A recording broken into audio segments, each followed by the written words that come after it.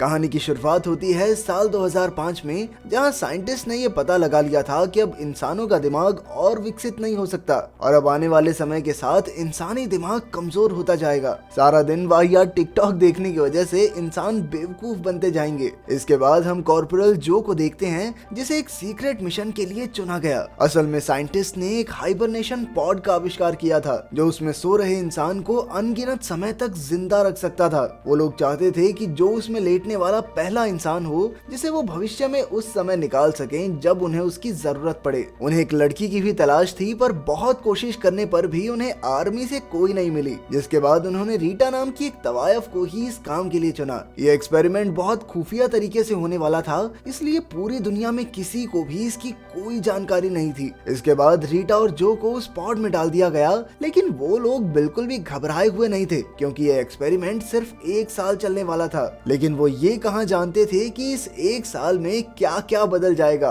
कुछ ही दिनों में जनरल कॉलिन को एक कोठा चलाने के आरोप में गिरफ्तार कर लिया गया और उस पागल ने किसी को भी इस एक्सपेरिमेंट के बारे में बताया भी नहीं। जो और रीटा को चुना भी इसलिए गया था क्योंकि उनके आगे पीछे उनकी चिंता करने वाला कोई नहीं था। किसी और को इस एक्सपेरिमेंट में इंटरेस्ट था नहीं। तो धीरे धीरे सभी लोग इसके बारे में भूल गए। साथ ही उस लैब को भी तोड़ दिया गया जिसमें जो और रीटा अपने अपने पॉड्स में सो रहे थे और धीरे धीरे समय के साथ उनके पॉड्स कूड़ेदान में पहुंच गए। जैसे जैसे समय बीतता गया तो साइंटिस्ट के कहे मुताबिक इंसान का IQ लेवल नीचे गिरता गया और सभी इंसान निहायत ही बेवकूफ हो गए थे। लोगों को साइंटिस्ट से उम्मीद थी कि कुछ तो करेंगे ये, लेकिन दुनिया के साइंटिस्ट भी झड़ते बालों का इलाज करने में लगे थे। लगता है जॉनी भैया को प्रेसिडेंट बना दिया इन्होंने। अब इंसानों का बेवकूफ होना एक बिल्कुल आम सी बात थी और अगर सभी लोग बेवकूफ हो गए तो क्या ही गुल खिलाएंगे। इंसान के घटते दिमाग के साथ साथ दुनिया से साफ सफाई भी कहीं दूर चली गई। चारों तरफ कूड़े के बड़े बड़े पहाड़ बने हुए थे।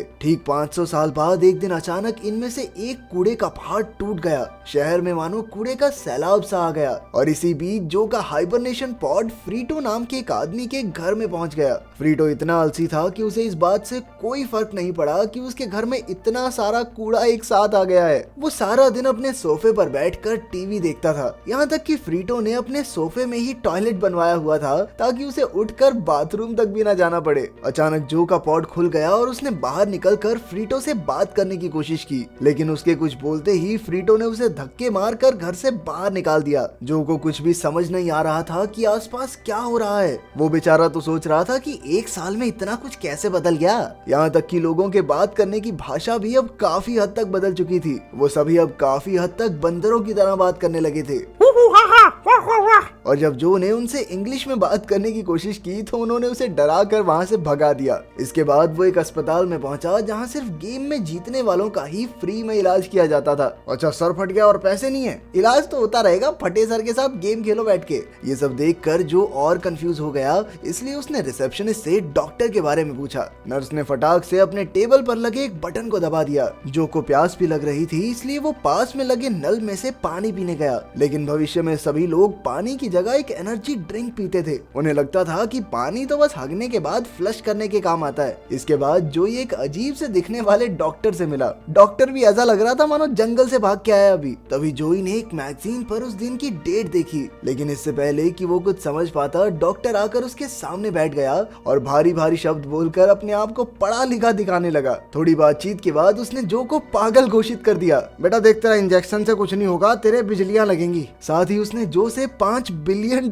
की फीस मांग ली। अब समझ में आया वो सरपटा बंदा गेम क्यों खेल रहा था। डॉक्टर से बात करते हुए जो ने कैलेंडर पर एक बार फिर से आज की डेट देखी और इस बार वो समझ गया कि वो भविष्य में है। वो पिछले 500 साल से उसी पॉड में सो रहा था। भविष्य में देश के हर नागरिक के हाथ में एक टैटू होता था, जिसे स्कैन करने पर उसकी सारी जानकारी निकाली जा सकती थी। डॉक्टर ने जो से उसके टैटू के बारे में पूछा। जो के पास ना टैटू था ना पैसे, तो वो जल्दी से वहाँ से भाग लिया। बाहर जाकर अपने आसपास देखने पर उसे यकीन हो गया कि वो फ्यूचर में पहुंच चुका है। उसका देश पूरी तरह बदल चुका था। इकोनॉमी घाटे में थी, हर तरफ गंदगी और देश की सबसे फेमस फिल्म का नाम एस था, जिसमें कुछ खास नहीं, बस 90 मिनट के लिए एक आदमी का पिछवाड़ा दिखाया जाता जो कभी कभी पादता भी था। जो ने पूरा दिन तो निकाल लिया, पर रात को पुलिस ने उसे बिना टैटू के घूमने की वजह से अरेस्ट कर लिया और कोर्ट में बदकिस्मती से फ्रीटो ही उसका लॉयर निकला। फ्रीटो वकील तो था, लेकिन उसे केस लड़ना नहीं आता था, इसीलिए इसलिए वो अपने ही क्लाइंट का मजाक उड़ाकर जज को हंसा हंसा के अपनी तरफ करने की कोशिश कर रहा था। लेकिन जज भी उतना ही बेवकूफ था जितने बाकी सब। उसने जो को दोषी करार करते हुए जेल भेज दिया। उधर रीटा भी पॉड से निकल चुकी थी और उसे ये भी नहीं पता था कि वो भविष्य में है, इसलिए उसने कई बार अपने बॉयफ्रेंड को फोन करने की कोशिश की। जो को जेल भेजने से पहले टैटू बनाने वाली मशीन के सामने बैठाया गया, जहां उससे उसका नाम पूछा गया। लेकिन जो ने कहा कि उसे नहीं पता ये सब क्या चल रहा है, इसलिए कंप्यूटर ने उसका नाम नॉट श्योर यानी पता नहीं लिख दिया।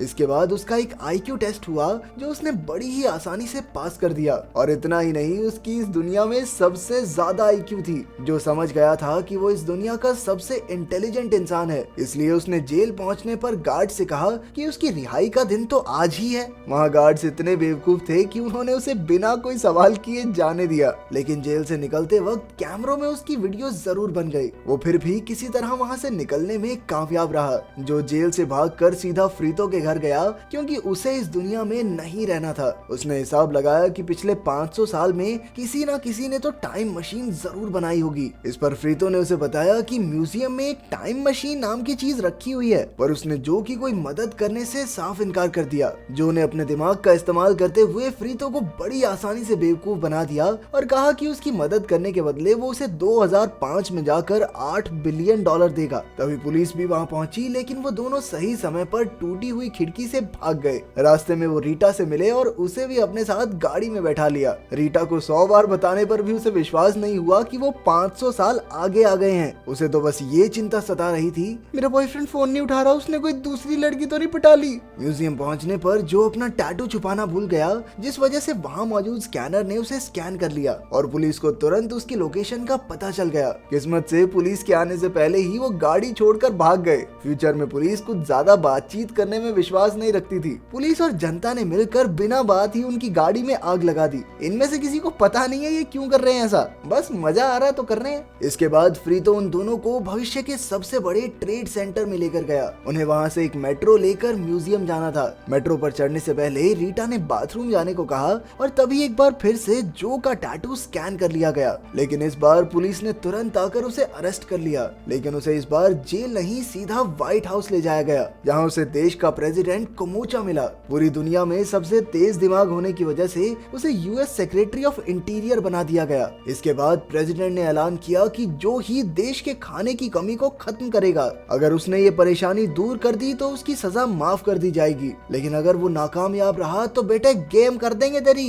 इसके बाद जो को एक मीटिंग में बुलाया गया, जहां उसे साबित करना होगा कि वो दुनिया का सबसे समझदार आदमी है। उसने तो बस अपनी बातों में थोड़े भारी भारी शब्द डाल दिए, जिन्हें सुनते ही सभी मिनिस्टर उससे इम्प्रेस हो गए। अरे भैया क्या बोलते हो भैया, एकदम मजा आ गया, वाह। दरअसल अब खेतों में कुछ पैदा होता ही नहीं था और इसी वजह से खाने की इतनी दिक्कत थी। लेकिन जो को अपनी टाइम मशीन ढूंढने में ज्यादा इंटरेस्ट था। तभी फ्रीतो ने उसे टाइम मशीन तक पहुंचने का मैप बना कर दिया। लेकिन वो भी इतना बेवकूफ था कि उसने मैप में बस एक आड़ी टेढ़ी लाइन बना रखी थी। खेतों में जाकर जो को पता चला कि किसान फसल उगाने के लिए भी उसी एनर्जी ड्रिंक का इस्तेमाल कर रहे थे जिसे वो पानी की जगह पिया करते थे। उसने तुरंत ही सरकार से खेती के लिए पानी इस्तेमाल करने को कहा, लेकिन इस तरीके से किसी ने उसकी बात नहीं मानी। जिसके बाद उसने सबसे झूठ कहा कि वो पेड़ पौधों से बात कर सकता है और वही बोल रहे थे कि उन्हें ये ड्रिंक का टेस्ट पसंद नहीं है, थोड़ा पानी पूनी दिया करो उनको। ये रूल अप्लाई होते ही उस एनर्जी ड्रिंक के स्टॉक्स धड़ाधड़ नीचे गिर गए,